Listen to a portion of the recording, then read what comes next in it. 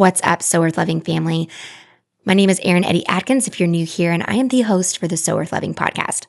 This episode that we have on today is one that's very special to me. He changed the trajectory of my business. He mentored me in how to scale a business, how to print apparel, and how to stand out amidst competition. He is one that believed in me. And what's really cool is what you'll learn in the story is that while I came to him starting to build my business, he too was new, but had a few really big accounts like CNN and Cartoon Network. And so we kind of helped each other, but I'd like to say that he definitely helped me way more than I helped him. And what I love about his journey and where he's gotten today, 29 years now into the printing business, is that he believes everything is a building block. And yes, there's messy parts of it, but they're building blocks to the journey that you're on today. And so releasing the shame, forgiving the people around you is one of the best things you can do for yourself. And that's what he talks a lot about. So listen to this episode with my friend Ed Jewell. You will really enjoy it. Pass it to a friend. And don't forget to subscribe to So Worth Loving. One thing to note, Ed has a very colorful mouth on him. And I asked him to be himself, and I'm glad that he was. So if you have little kids listening to this episode, I'd encourage you to go ahead and put some headphones in, or maybe listen to this episode later. So I hope that you enjoy this episode with my friend Ed Jewell on the So Worth Loving podcast. I'll see you next time. Okay, Ed, do you remember when we first met? Truthfully, no, but tell me about it. It's good. I remember emailing you. I was trying to find a screen printer. I was moving to the city, didn't know anybody. Really? In the city. I thought you were established there. No. Okay. I worked with a screen printer. She had it. It was like a basement passion project of hers. And I was starting to grow. And I was like, I need to find somebody that can grow, that can teach me and like I can grow with. Yeah, you need to find somebody totally awesome. Like you. Didn't know that I was going to find you. So lucky you found me. Really am. So I remember emailing you and saying, hey, I'm looking for somebody that I can partner with, that can teach me the ways. I'd love to come and meet you. Which, when I look back, I'm like, that's so formal. I mean, you know, when you're young, what do you? Yeah, that was pretty awesome. I don't know how old was I? I was 24 or 25. Yeah. And I remember showing up, and you were like, "What's up? Come on in. Let me show you the lay of the land." Yeah, sounds about right. Do you remember that? Do you recall any memories now, or still no?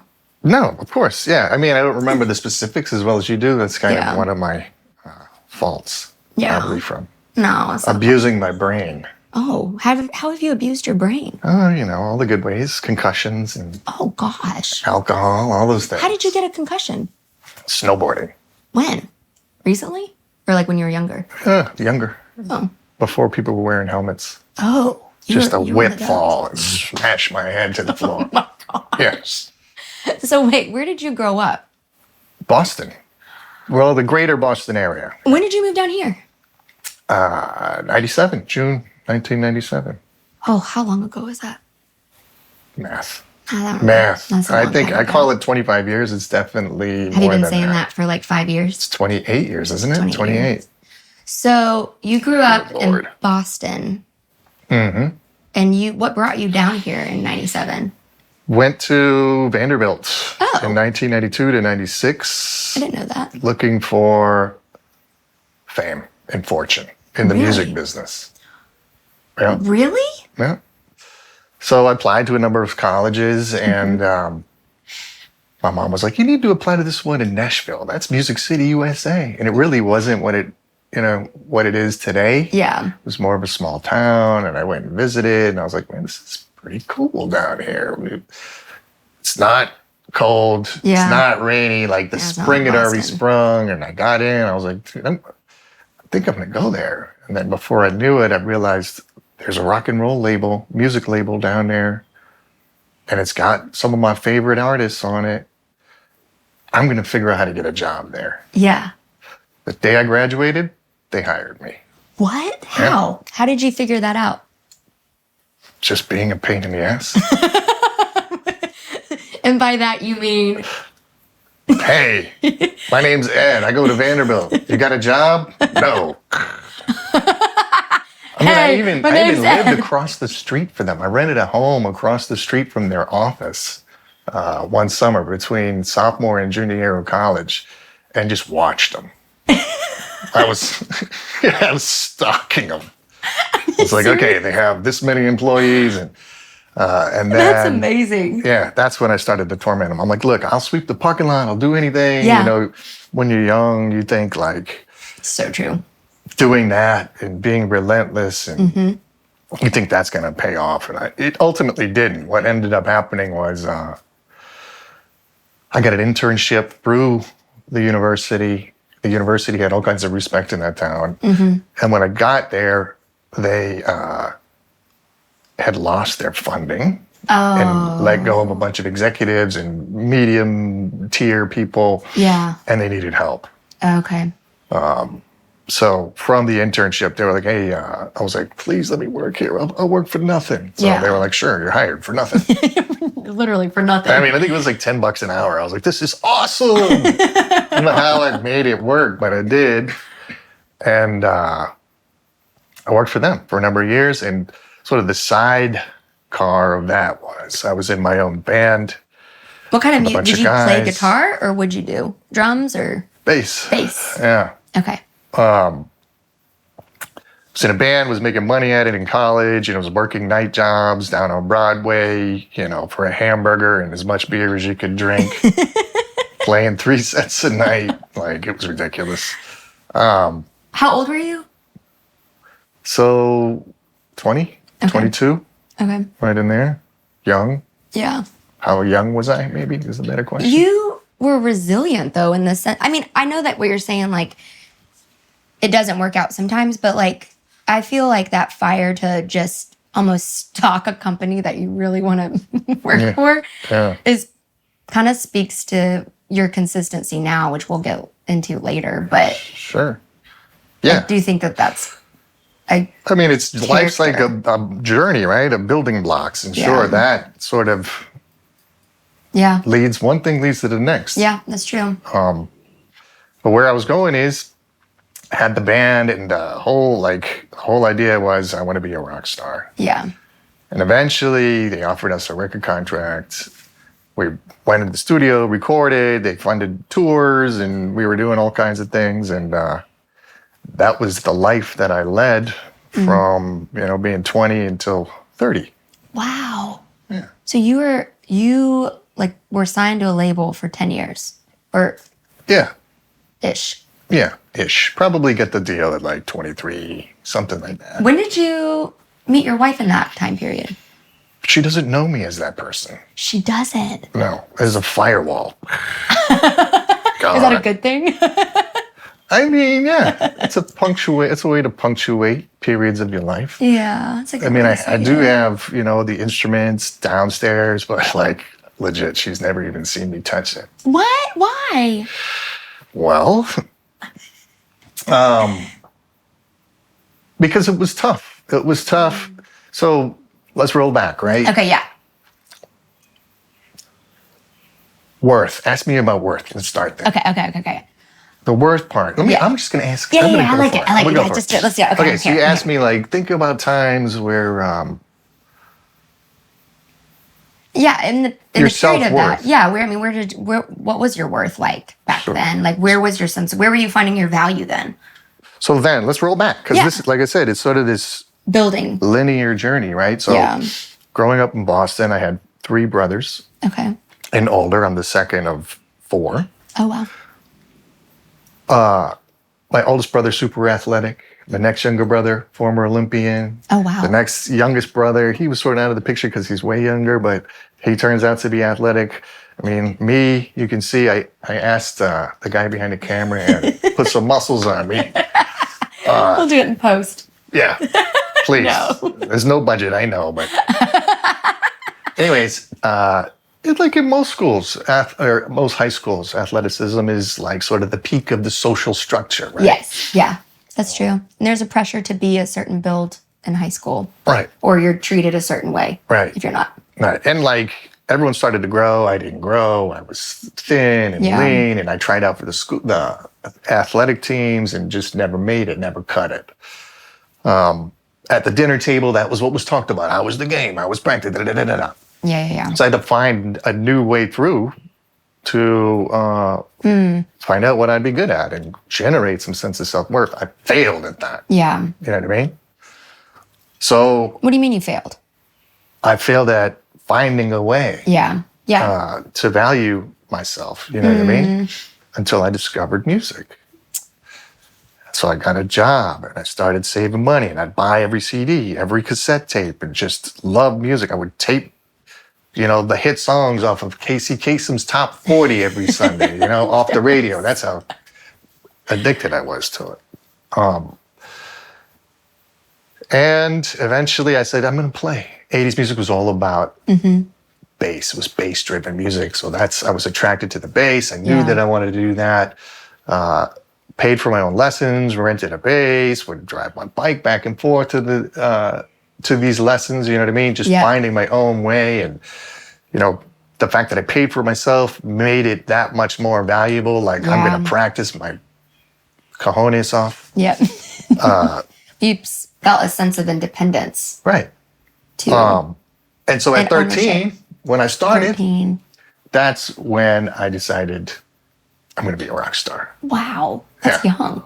13. 13, yeah. But when you're 13, you think you're like... I know, that's true. Invincible. Yeah. So 13 to then 30. 13 to 30 was my musical journey. At 30, the coda on that was I had left the band that was all my college friends and kids from high school.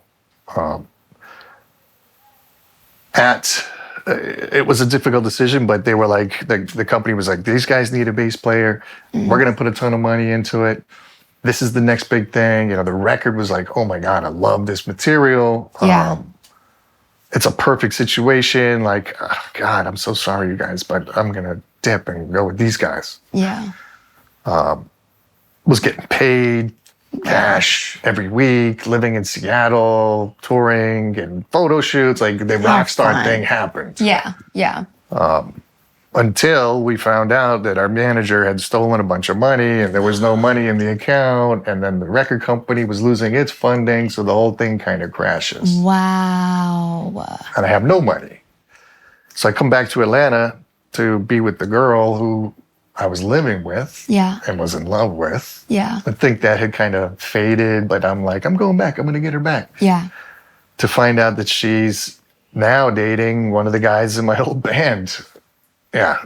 Oh my gosh. So everything crumbled. Everything crumbled. I had nowhere to live, no money, except there was one place I could go, which was the band's old practice spot. Which, if you've ever been in a band practice spot, it's pretty nasty. Explain what it looks like.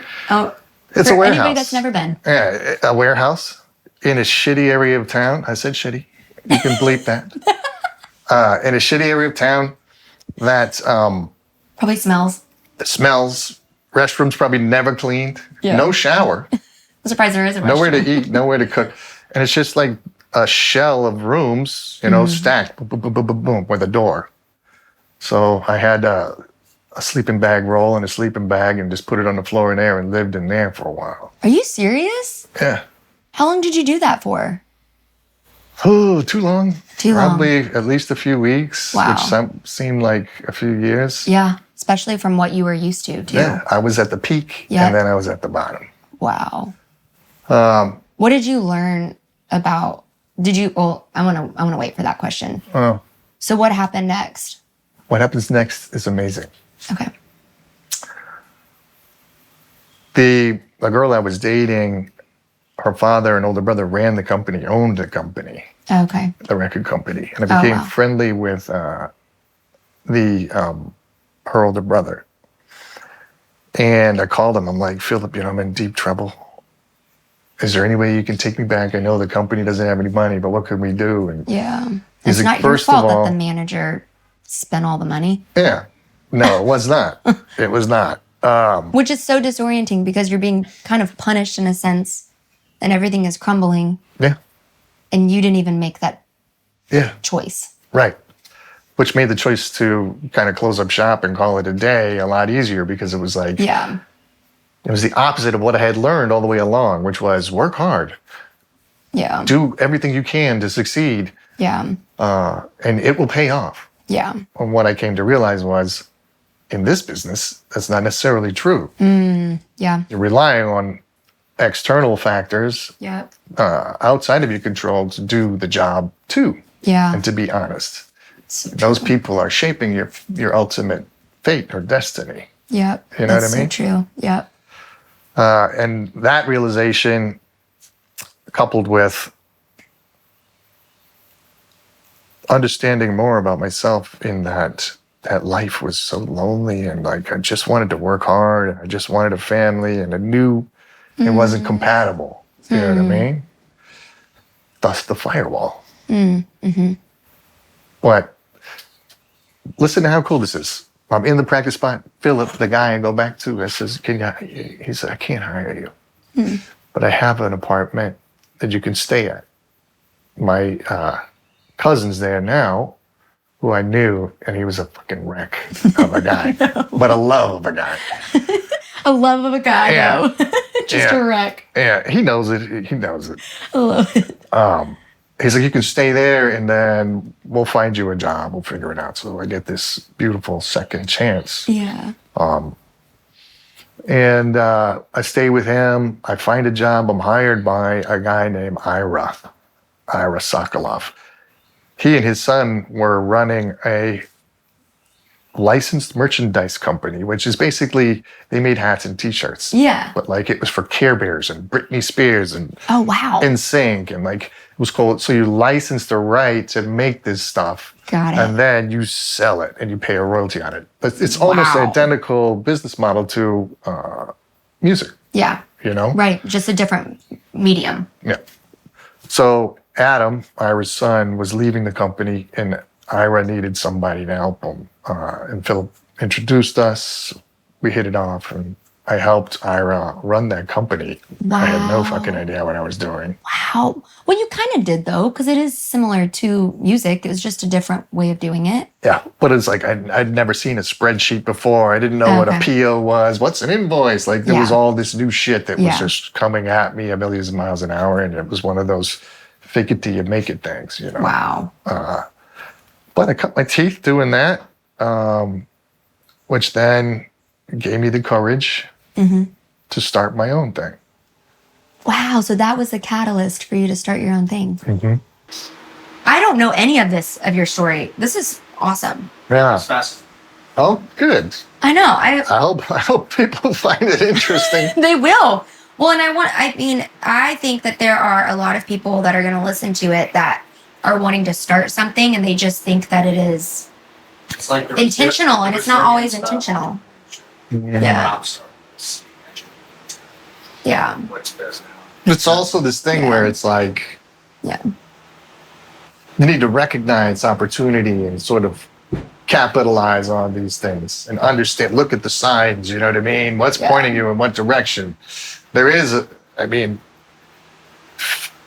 will be times where you're heading into the wind, but you have to also know, like, boy, that wind is so fucking strong. Like, maybe I'm not on the right path. Yeah. Yeah. You know? Don't say anything more, because that's really good. But that's the person that you have in mind that you're helping. That's the person who's going to be listening. Yeah. That you're going to help. Yeah. Yeah. Well, and I want to say things, but I know I won't be able to repeat it. I mean, I can, but I don't like to. I think that people think that you have to be so calculated and intentional about. You don't say. Okay. But you do. You do. And then also. We'll get there. Yeah. I want to talk about that, how that is important. Yep. And then also. Yep. The other side is that you can't always predict that. You would have never have thought, okay, I gotta stop. Yeah. This conversation is great. You know, it's cool. I knew it would be. Don't talk about it. The fucking question sheet. The question sheet, I'm like, oh my God, oh my God. I send those and I'm like, rarely do I ever get to them. I may do one on that list. It's fine. But I read them, so I'm trying to head the thing in those directions. Yeah. You know what I mean? Well, entrepreneurship, finding your worth, second chances. Yes. Okay, we were talking about The second chance, right? So you started You said that I got the job. company and then prepared you to start your own thing. Right. How did you know you wanted to start something or just stay with someone? How did you determine that? Sure. So right at this time in sort of pop culture, there's this renaissance going on, like in the t-shirt. People are wanting to express themselves. Yeah, it's so true. Like graphic tees weren't really what they were until this moment, at least in my life. And at the same time, this perfect canvas came out. It was like it revolutionized the way that the t-shirt fabric and fit felt. So like prior to this, it was sort of this boxy, kind of crappy, coarse, ill-fitting item. Yeah. And then a company comes along called American Apparel. And they made it slim and long and soft and cool and lightweight. And they had all this marketing and Vice magazine. And you can dress it up, dress it down. I remember. Right. So that sort of got the ball rolling with people then like, oh, cool. Well, I want to express my art. It's my whatever it is on a t-shirt. Yeah. Myself included. Meanwhile, I'm working in this business and I'm like, okay, cool. So let me come up with some ideas. So I came up with some ideas with the woman who I came back here to my ex-girlfriend, essentially. Yeah. She and I start this business together. Oh, wow. A graphic t-shirt business. And we're going to Las Vegas to sell the stuff because I learned like that's where you need to go to these shows and stuff. Did you go to Magic? Magic. Yep. Twice a year, we started to have a lot of success. And through that, I'm realizing we're not really doing well financially. Like, these guys are charging a lot and to print the stuff and they're putting up a lot of creative blocks. So it's like, I'm just gonna figure out how to screen print, which at the time, like YouTube didn't exist. It was literally like books. Yeah. You know, I'm reading through and trying to figure this stuff out. You can't Google how to screen print back then. Yeah. You really, because was Google even around then? I flew to Yahoo? I flew to way upstate New York. I want to say Albany, but it might have been like it was Albany. Let's just say it. Yeah. It was Albany. I'd fly up there to a guy who makes these machines and he said he would teach me how. And I think we had a day. So he was going to teach me how to do it in a day. And then I rented a U-Haul and I was going to drive it back with my youngest brother. He came all the way to Atlanta and we just drove it straight. But that's kind of how it started. That's crazy. So you really started it out of like, I want to have better margins. Yeah. To print. That, was secondary to I want to be more in control of my own. Because remember, when I wasn't, that's when I ended up in the practice space. Yep. You know what I mean? So how do you go from getting your own machine to starting? When did you decide, I'm going to print for other people too, not just me? Sure. So I had a second job at that time of my life. The second job was going out to find a woman. So all day I'd work. That's your other job. Yeah. All day I'd work on, the business.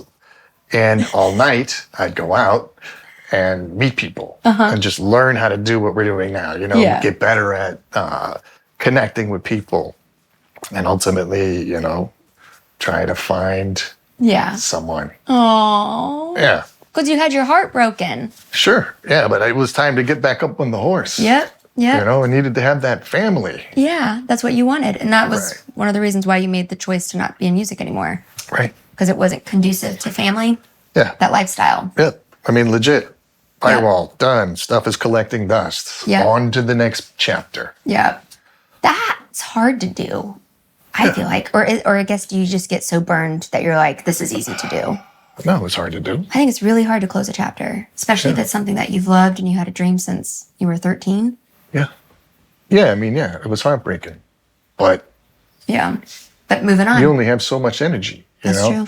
Yeah. If you want to dwell in it, I get it. Like it's a process to kind of move past it. But I knew I guess I just was so busy trying to do other things. I let it go. Yeah, that makes sense. You know, but here I am talking about it. Yeah. So obviously I haven't completely, but. Yeah. So you go to look for a woman. I go to look for a woman, learning how to be, connect with people. And at the same time, there's this thing happening on television called Adult Swim. Mm-hmm. And it's local to here, and it's like this cool new thing. And I'm meeting people that are working there. And my ex-girlfriend's new boyfriend was like a honcho there. Okay. And he's like, dude, you should print some shirts for us. Wait, so you were friends with your ex-girlfriend's boyfriend? Yeah. I love that. That's awesome. That's another big life lesson. Yeah, we need to talk quickly. Sidebar? Yeah, sidebar real quick. Forgiveness is so powerful, man. You know what I mean? Like, if you can learn to do that and let go of whatever it is that's bothering you about a situation, you have all the power. Yeah. You totally deflate whatever that event was, put it in the rear view. Yeah, good. But you have to legit forgive. Yeah. You know? So what's that look like? Legit forgiveness? Yeah. Bad? Good? I mean, all the things, All right? the things, yeah. I mean, it morphs. Yeah, it does morph. When you can get there Yeah. to the forgiveness, I think it's, like I said, it just feels great. Feels like a relief towards the person, maybe, versus animosity towards the person. Does the person really care? Yeah, right. All you're doing is hurting yourself. Yeah. Over and over by not forgiving. Yep, that's good. If you can forgive, you're doing yourself a favor. You see what I mean? I do. I agree. That was a huge lesson in life. Wow. Yeah, and an important one. When did you learn that and through all of that? Right away. Yeah. When I'm 30 and I'm driving by my old house and I see my buddy's car in the parking lot, that would just literally like be in tears. Like, you gotta be kidding me. I knew it was just gonna crush me and continue to crush me and crush me and crush me unless I could get past it. And that's when I realized, you know what? I'm hurting myself here. I just gotta forgive. You know what I mean? Good. Yeah, I do. Yeah. That's good. Yeah, I just started to feel that a little deeply, you know? Like, I don't want to cry on this program. This program. Brought to you by tears. Tears. So back to the thing, right? Where were we? About forgiveness. I'll just say though, like I'm really grateful that you touched on that, because I think that, unforgiveness is a prison. Yeah. And then we've talked about it before in the past episodes that we've done, where it's like unforgiveness really does affect you more than it affects the person that it's towards. And it does make you feel like if you forgive, that you're saying what they did was okay. But then to take it to another layer to where you're able to still engage with that person that hurt you, I think is another level. And we can't always do that, maybe, but in some cases you can. Yeah. I mean, honestly, and that's what you... It was just a gift to be able to get there with it. Yeah. You know, and it's what opened the doors to the next stages. Yeah. Yeah, exactly. You know, roll it back. So practice space Ed. Yep. Gets second chance. Yep. Learns how to forgive. Yep. Doors open up. Yep. And you understand what I mean? Yeah, I do. So now you're talking to the guy that worked at Adult Swim. That was your girlfriend's So I didn't know shit from shit on how to screen print. Sorry. I didn't know anyway. I had no idea how to screen print. I had spent that day. That really wasn't enough. And then my youngest brother gave me my first order. He was at University of Vermont playing lacrosse. He's like, we need practice jerseys. So like I took the order thinking like, okay, I'll figure this out. And just failed. It was horrible. Oh no. But I shipped it out anyway and he paid for them and it was like, yeah. Were you waiting for a phone call back? There was so much shame around that. I was like, oh my God. And then he'd call and I'd be like, oh no, he's going to say they sucked. But I love him. He didn't. He never said they sucked. Oh. I meet another guy who had some experience screen printing who is my business partner to this day. Oh, wow. So that kind of helped get me up to speed, but wasn't super confident. And then I get this huge break with this massive set of orders from Adult Swim. I'm in this basement that Philip, the guy who, gave me the second chance, he's like, you can use the basement of the old building for free to help you start your business. No ventilation, nothing. We're printing all night long. It's not a great setup. Yeah, it's imperfect. But you're roughing it. Right. And that's just that's where you're at. So we get this pallets of American Apparel t-shirts. They won't fit in the front door. That's the first thing. So no. So you have to unpack and... Yeah. It's just everything about those orders was impossible. But we did them. And we did a great job. And that led to the next one. And that led to opening the doors at the Cartoon Network and then CNN and then TBS. And it was just this massive account for me. That's crazy. They cooked and they owned my business all the way up through 2010. And then it was in 10, I was like, oh man, if we do something wrong here, we're done. Right. And then in you walked. Oh, really? Right? Yeah. That's oh my gosh. Yeah. And then ultimately it's we just that started was in 2011. Yeah.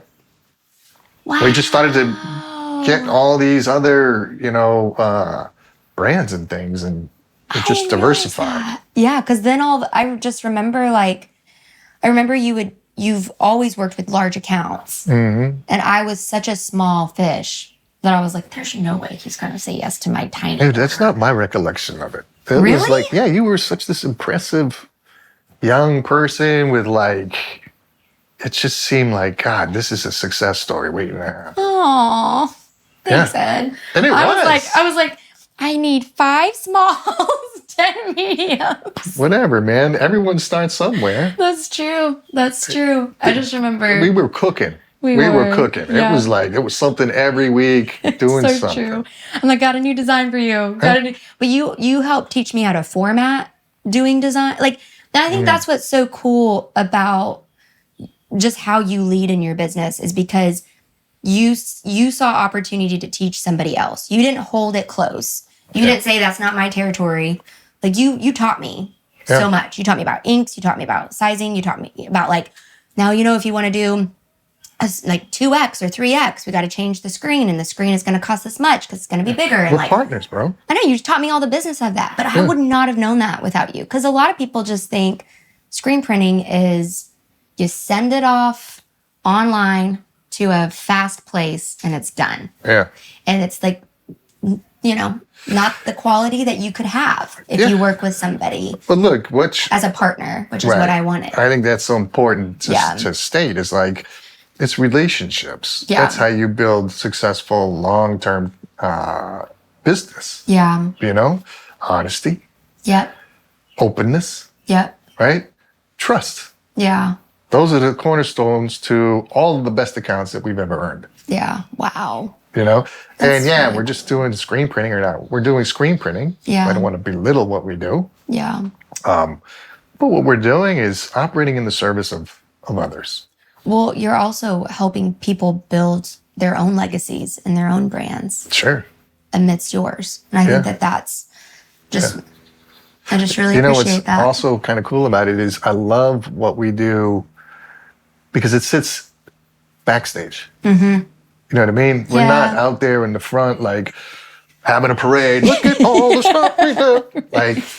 Let everyone else take it. Right. Well, your quality speaks for itself, though. Yeah. You know what is a Danger Press tee. Yeah. Well, even though hopefully it may be branded completely private labeled. Yeah. Do you remember when I would bring products that I would buy from thrift stores and we would screen print them and you would be like, Aaron, this one smelled really bad. I don't know what material this was. Yeah. Be please stop. Please stop. That was only a season, I think, that I did that. Whatever. Oh, man. So now... what maybe the audience needs to know is part of the process is you cook it. Yeah. Really hot. So when you cook the ink onto the shirt, out would come an intense amount of smell. Yes. So like if it just smelled a little before it was hot, you get it hot, that thing is blowing up. Yep. Skunk City. Skunk City. Welcome to Stinkville. Exactly. It may start to smell like Italian food in there.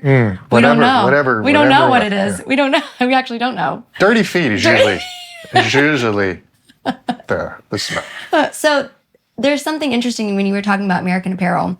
One thing that is kind of a theme that you've talked about is you have to be calculated, but you also don't always know what's going to happen. You didn't know you were going to go into screen printing. No. But you did. But then you have to be calculated along the way. When I think about American Apparel, I think about like towards kind of the ending of when are they still around? They were purchased by a Canadian company. Okay. So the brand is there. Didn't they dissolve for a second and then they were revived again? Yeah. So all of these brands built their brand off of their blank tees. Mm-hmm. And then they go out. And then they go out. And then what do you do as a brand? And just to the point of you saying like you have to take calculated risks, right? Even in buying blanks. Like I just remember there's been a few times where I'm like, I need to reorder a shirt, but I can't because that company they're not reliable anymore. Oh, right. Yeah. So how do you calculate things and create consistency along the way when you hit those types of roads as an entrepreneur? Because it just feels like every turn that can happen. It can. Do you know what I mean? Yeah, I do know exactly what you mean. It's like you build a product off of a brand, you do photo shoots, you do design, you sell it, and then they change. And then you're like, crap, now I have to redo all of my product shots, all my marketing. Yeah, it's a kick in the teeth. It is, and it's expensive, and I don't think people realize that can happen. Supply and demand is a thing. It can. I mean, here's what I would say. This was big for me in my journey. So like early on, don't know what I'm doing, get lucky, work hard, just, hire people, start building, and don't really have a plan. The plan is just get the shit done. Yep. And find more of it to do and hire another person. Yeah. Sort of the second phase of the business was, okay, I think we've plateaued here. Like we lived through 2008, and then 2010 was when the economy starts to come back alive. Yeah. So a few years after that, we employ a guy, or we hire a consultant. It's like, okay, what's your business plan? My plan is just to do as much business as we can. What are you talking about? Yeah, right. Like, okay, well, do you ever get into your car, just start it up and drive? Maybe, yeah, sometimes. Just do something. It's like, no, but like, don't you know where you're going and have a plan on how to get there? It's like, well, yeah, 90% of the time, 99%, yeah. Yeah. It's like, well, that's what you need to do for your business. So we met with him for a year or two. He showed us how to make a business plan, consulted us on, not necessarily like your margins need to be this or that. He let us do the whole thing and learning. It was almost like the bass lessons over again. Wow. You know what I mean? Where you're just grinding it out and figuring it out on your own and understanding your business. Yep. So we made a plan. Plan is important. What's more important is being willing to change the plan when something comes along, like now I can't get the supply that I used to have. Right. Right? Yep. You just have to be able to be flexible and Yeah. roll with it. External factors are what they are. Yeah. You have to understand they're outside of your control. And if you let them sink you, okay. Yeah. But if you had a plan, that's going to build confidence in the mission. You know where you're going. You can measure it. Yeah. Day after day, because these things take a long time. Sometimes you get lost in like, are we doing any better? So if you have no way to measure that, i.e. no plan, Yep. It's going to be simple to get lost. Yep. But with a plan, you'll have the confidence to know that you can move to a different thing and figure it out. Have you ever experienced like imposter syndrome within that process? Like believing in yourself to keep going? Because I feel like doubt can Creep in. Yeah. Like when you create a plan. Yeah. And then if that plan fails, then it's like, I think if you believing in genuinely yourself. create the plan and you build it kind of brick by brick by brick, Yeah. depending on your disposition. Yeah. Like my disposition is conservative. Like, okay, I know that I can make these markers. Yeah. And I can watch over 3 years, it's going to put us in this other place, which is where I want to be. Okay. Instead of being like somebody that's like, oh yeah, in 3 years, I'm going to be the number one of this. Like, cool, that's a great goal. How do you get there? And then like, there's all these impossible markers along the way. Okay. Yeah. I feel like if I set a plan out That's realistic. to do that, then hell yeah, I would have felt like an imposter. Yeah. But it didn't. I set a moderate pace, something that was achievable with a lot of hard work and a lot of help. Yeah. I did not do this on my own. There's been so many people that have helped, including you, every customer, every employee, you know what I mean? Sounds like the value there is having the value of honoring the small steps. Yeah. Because that's what gets you. Because I feel like it's a lot of entrepreneurs struggle Don't with lose the small steps. Don't lose them. Understand how important they are. Yeah. To, like over months and over a year, with those small steps are multiple big steps. Yeah. And maybe you get that card from, Monopoly and it's like, go past go or whatever. Like you can skip some steps. Maybe you got lucky. Yep. But don't count on that. I'm counting on that. How many shirts have you screen printed? I'm just curious. Idea. I mean, well into the millions. Wow. Probably multiple millions. Wow. That's a lot of shirts. It's been a lot of years. It has been a lot of years. What have you learned about hiring people in that process? That I'm not great at it. That's not true. I've been so lucky to get some really great people, and I've also thought that some people were going to be great that this didn't work out. How is that not? It's an impossible Burned scenario, you. right? Like, Yeah, no, yeah. Hey, how you doing? I'm Ed. What's your name? Oh, okay. And then you have this 20-minute interview, and you're like, okay, cool. Hired. Yeah, right. Like, how am I supposed to learn? Like, have I gotten better at that over the years? Sure. Yeah, I think your intuition with people is pretty spot on, though. There was a run where, like, everything was changing so fast. Is it because you were growing so fast with orders, or you mean with people? People. Okay. Post-pandemic people. Oh, okay. Like, tell me about that. Some of my most loyal people were leaving to do different things, and then it was like other people wanted to try new things, and it was just we were on this treadmill for a minute of like, oh God, there goes another one. Here comes another one. Okay. And we were like in the training business. Yeah. You know what I mean? It was a crazy period where I had hired and lost more people than I had ever had in the history of the business. Really? Sure. Because after COVID, or do you think it was because of COVID, or do you think it was? No, COVID, we buckled down, man. It was awesome. Nobody left. Wow. Yeah. Y'all were like a family probably during that time. So yeah, it was a lot of trust between people, and like so-and-so, it was like COVID was a death sentence, Yeah. It was like early on, it was like, man, somebody got COVID? Yep. Well, I'm not going to be anywhere near that guy. He's probably out doing something he shouldn't do. It was like, it was horrible.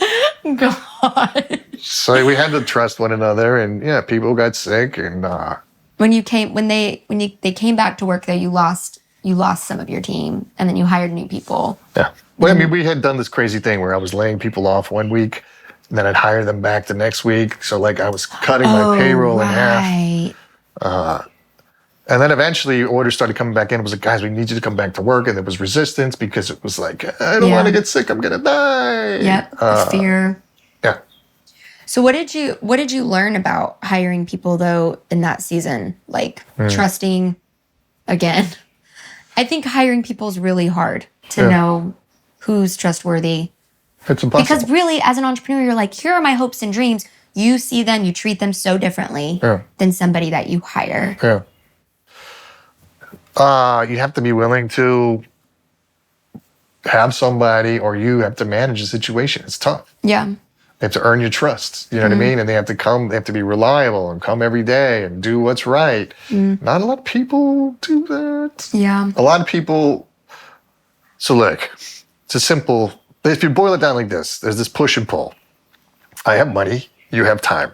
I want to buy that time from you. Right? People value their time and they want to get the most money out of it. You need to get the most out of their time. Yep.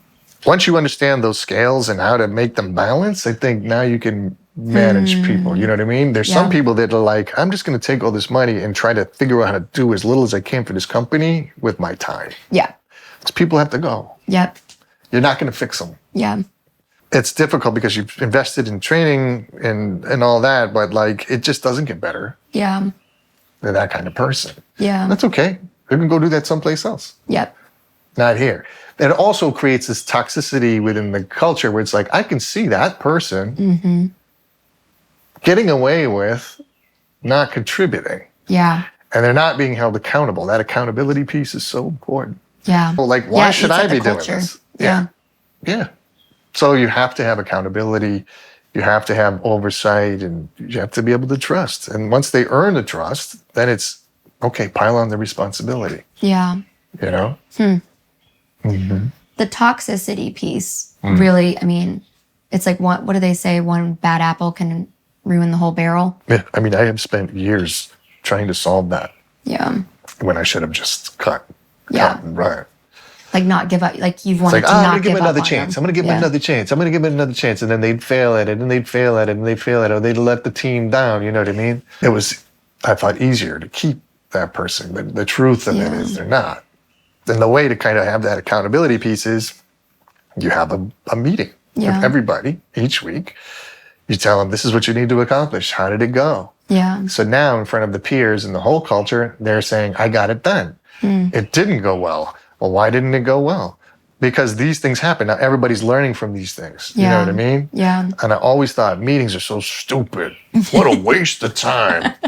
Like, God, are we just going to have a meeting to have another meeting? But that's so far from the truth. I think the accountability piece is when you have that all-team meeting. Yeah. And you have to, you're not there to like point the finger at somebody and be mean about it, but it's like, okay, here's this list. You did all that stuff. That's wonderful. Celebrate it. You know what I mean? Mistakes.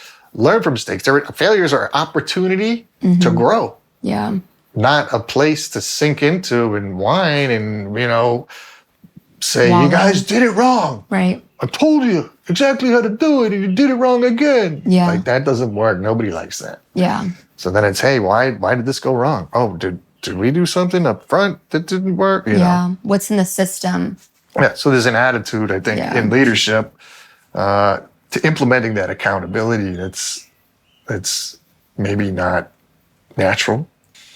Have you witnessed people on your team in the past, or whatever? I guess maybe the question really is like, what have you witnessed in people struggling, believing they're worthy of love, and how it's affected how they show up at work? This is where I shut down. What have I witnessed? Slow that question down. Yeah. Let me get into that. So, how have you seen the lack of confidence, worth, maybe contribution to what we do in our work, or maybe contribution just to the world and to relationships? How have you seen that impact people showing up to work? Like literally showing up to work? Maybe. Yeah, maybe they're not actually showing up, or maybe it's they're super insecure when you work with them. Or have you seen that, witnessed that? What have you learned within that? And then how to lead that. That's hard too. It's hard. Everybody's a little different, right? Some people will chomp into it and learn quick and rise up the ranks quickly, and others will shy away. You need to accept that. But it's like, okay, on your review, I want you to work on these things. I know these are difficult things for you. How can I support to get you to this next place? Because what you're doing now, if you want me to give you a pay raise and I want to do this for you, like I want you to be here because I love having you here. You're a valuable member of the team. If you want to get to that next place, we need to accomplish these things, which means you need to be more confident and trust that you can get there. So how do we support? Do you see people not being able to get there because they don't believe they're worthy of love? Or do you think they're I think you give the love, right? And by saying, I'm here to support. Yeah. And let them take it at their own pace. But there is that back to the time money scale. It's like, okay, well, if you can't do these things, if you can't contribute in those ways, your time should be becoming more valuable. Like that equation is now leaning more in my favor. I want that to be in balance, or not in my favor, in the business's favor. Right. I want that to be in more balance. So there's that carrot and stick thing. I don't know if it's a stick so much. I don't know, what is it? Carrot and what? Carrot and the stick. You hold the carrot out and then you keep moving it away. Got it. But then also, I think the stick is like indicates you beating them. I don't know. You can erase that. I don't know. What? My clock, I don't know what time it is. It's gone. I got like 12 minutes. Okay, cool. I have to shake that off. It's funny. I know, it was funny. You're like, I think the stick's to beat someone. The carrot and the stick, right? You give them a carrot and then you whip them with the stick. I don't know, maybe. I don't know. Look it up. Google. Hello. Okay, so I would love for you to speak on how you maintain your values and your character amidst growing as an entrepreneur. My values what have you and my learned character in maintaining value? I don't know. Because isn't it easy to like, you want to pursue the thing that's instantly gratifying you or makes you feel better or maybe gets you there faster, like we were talking about. Mm-hmm. Sure. The cheat code. The cheat code. Yeah. How do you resist the cheat code? You don't. You use don't? it. Use the damn cheat code. How do you use it? I don't know. If you got it, use it. But what if it's at the expense of your character or your family or your employees? Well, then or you know better. Friendship. Or then you know better. Then you know better. Don't use that cheat code. Yeah. That's as simple as it is. I like it. Just don't do it. Super simple. Yeah. Super simple. Do you feel like there's any gray lines, though, that sometimes you can cross and not realize it till you cross it and then you're like, crap, I crossed it? I haven't encountered it. You haven't? I don't think so. Have you? I don't know. Let's flip this around. You tell me. Yeah, absolutely. I think that I thought that if I get this, then this will happen. Mm-hmm. And then this didn't happen. Mm-hmm. And it was at the expense of lots of things. So for me, it was like, if I get an investor, yes, if I get somebody that can get us financial aid very quickly, but our systems were not prepared for that. I don't think emotionally my home life was healthy enough to be in a high pressure space. Our balance was way off in our life. Mm-hmm. So I wasn't prepared, but I wanted it so bad because I wanted to grow. And I thought in my head that it was for the mission, but I actually think there was a selfish motive to it, where it was like, I want to grow the business. I want to be the next Life is Good brand. You know, we're making Life is Good. Hell yeah. You know that brand that's like they sell. You were way cooler than that, by the way. Thanks. Oh my God. Yeah. I still think we could. Different sphere. Yeah. And you still could. I think so. Such a wonderful message. Let me ask you then. Yeah. You had an investor. Did you have a plan? No, not really. I think that's what messed up the path.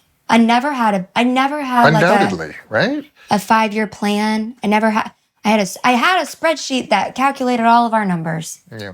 But I never had like actual, when I look back, I'm like, we didn't really even have financial goals. It'd be like, oh man, it'd be nice to make $40K this month. You know, like, let's see how we can get there. Okay, 60K or 30K. So it's the other way. It's not even that. It's more like, okay, I understand my systems need work. So this week, so-and-so is going to deal with a small part of that system, and then they're going to take ownership. And over the course of 4 weeks, I'm going to hold them accountable to having that system remedied. Mm-hmm. Because by the time those 4 weeks are up, these other people are working on X, Y, and Z, and now we're all kind of just a little closer to that goal. Yeah. Once those systems are done, we should be this much better at things. Yeah. So that should lead to greater, productivity, therefore more profitability. And you can watch, how the gross revenue and your expenses, kind of that gap begins to widen. Yeah. And now all of a sudden, okay, I've got all these wonderful people. My expenses and my margin is going to start to shrink. So how do we do this? How do we expand and go more? Yeah. And that's how you deploy.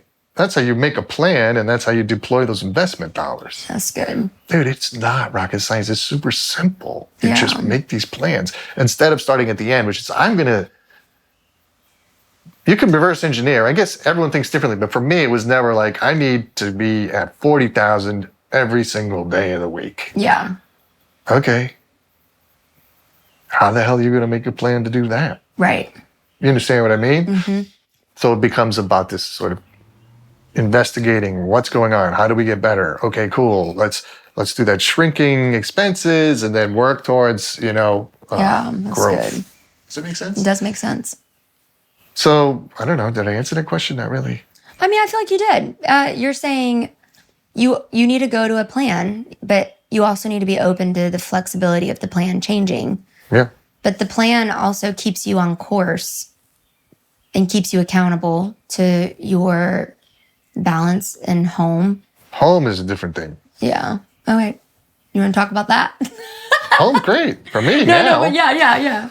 Yeah, balance is difficult. Yeah. How have you navigated that? I've been terrible at it, and then I've been good at it, and, I haven't. Yeah. I think my own self-care usually takes the hit. Okay. I wish I could be better for my wife. You know what I mean? Like, we're good. Mm-hmm. But I'm not awesome at some of the things that she needs from me, So put a plan together. Make it better for that, Yeah. Like, we're in love, all those things, but you understand what I mean? I do, yeah. Yeah. Y'all been together. We never finished that loop. What loop? That you found a woman. No, and you we got didn't. married. Yeah. So 2 or 3 years into my night job, I had given up hope. Oh. I was like, all right, I'm done. Like, all this people that I'm meeting are just not the one. And like, I'm just going to focus on me. Mm-hmm. So I was eating right, exercising, staying home, focusing on the business. And then a good buddy of mine, dude, you need to come out. Come out. I'm like, no, dude, I'm done. Yeah. Like, I'm done. This is trash. Like, I'm going to find a different way. It'll eventually find me. So he forces me out. And we go to a place in Midtown. He's nosing his way into a parking spot, and these two women kind of block him. And then there's this like standoff. I'm like, Rich, dude, just take us home. This is a sign. Like, it shouldn't be happening. And he's like, no. And then we get the parking spot and we go in, belly up to the bar. And he's like, dude, that girl's checking you out. And I'm like, I don't care. I told you I don't care. Yeah. He's like, okay, man. And I'm like, look, we'll go way the hell away from here. Yeah. If they come over, then we'll know. Yeah. So we go over there, and sure enough, they follow us over, and we start talking, and I get her number, and eventually, becomes my wife, and that guy marries us. Stop! Oh. Yeah. So right when you give up the hope, I think, like, in love, I feel like this is the truth. At least in my life. When you're chasing it, Yeah. it gets further and further away. Yeah.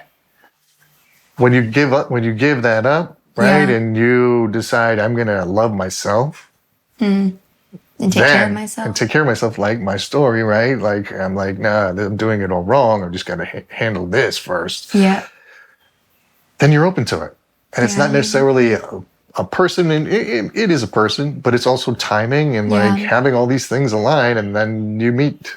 Yeah. You're ready, and you're ripe, and you You're go right. for it. How long have y'all been married for?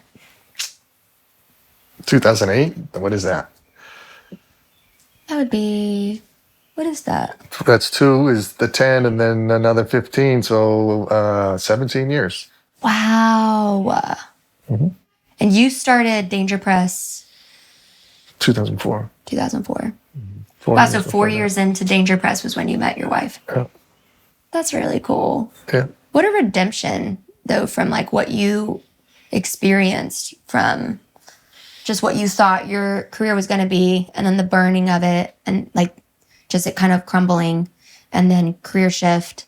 Sure. And then you're heartbroken, and then rebuilding. Here's the thing. Redemption is a good word. Sure, you can use that. For me? Yeah, what is it? Second chapter. Journey. It's a journey. It was all one thing coming to the next thing. You know? Yep.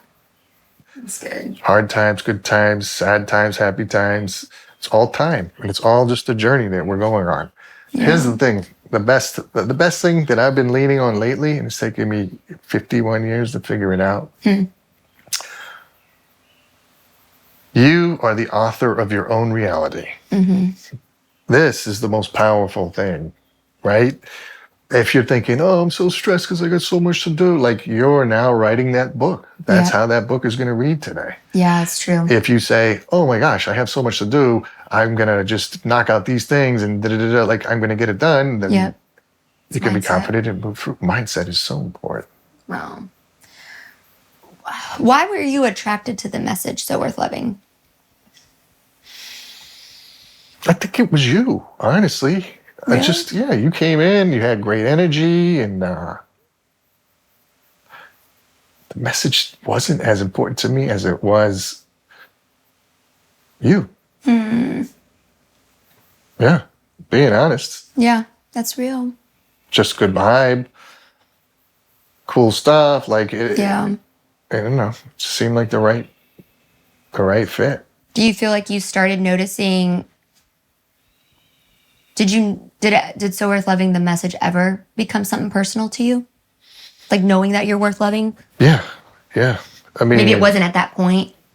No, yeah. Of course, I would look at the designs and read all the things and be like, God, man, this woman puts her money where her mouth is, and like really believes in this stuff, and it's such a great cause, and yeah, you're like, there's this chick coming in wanting to tell the world they're worth loving. Yeah. I mean, dude, as I age, I get softer and softer, and more open to emotion and all those things. I feel like every time I've talked to you, you've teared up, like with an exchange of something going on. Yeah. I actually think you're a lot softer inside than people were to think. Yeah, that's bad.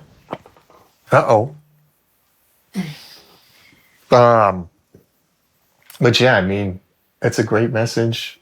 What is believing that you're worthy of love? What has that meant to you? I guess maybe that's the question I want to ask you. Yeah. I just want to know, like. This was the question that was difficult for me because. Okay. I just feel like maybe I never focused on that, until, like I explained earlier, it was like,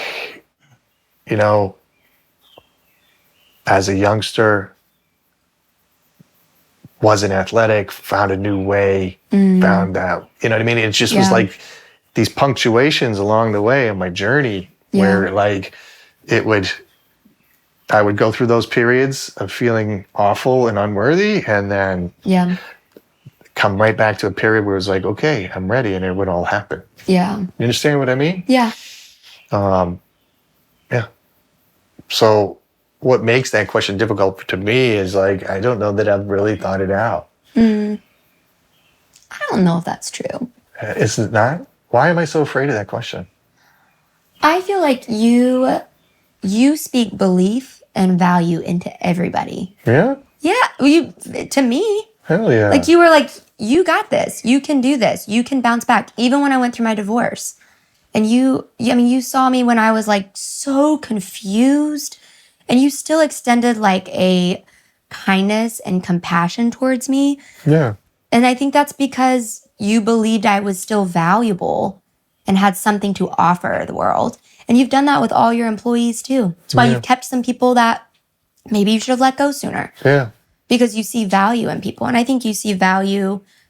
I think you know that you also have value, and you've had to fight hard to like get up again and go out there and not make excuses and not be a victim and fight against your mindset of what you want to tell yourself, Yeah, I do know.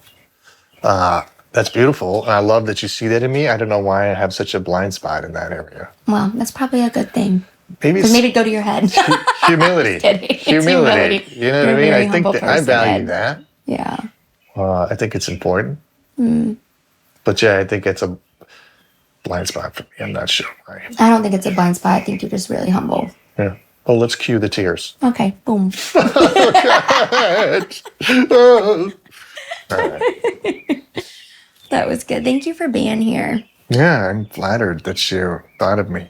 Oh, it was easy. I knew when we were planning, I was like, for sure, Ed. Yeah. Well, hell yeah. We're done. I can't wait to see it. It's going to be awesome. Good luck, guys. Call me. Good luck out there. All right. Let's go. Cool. How was it? Very cool. That shit is going to be #1 with a bullet.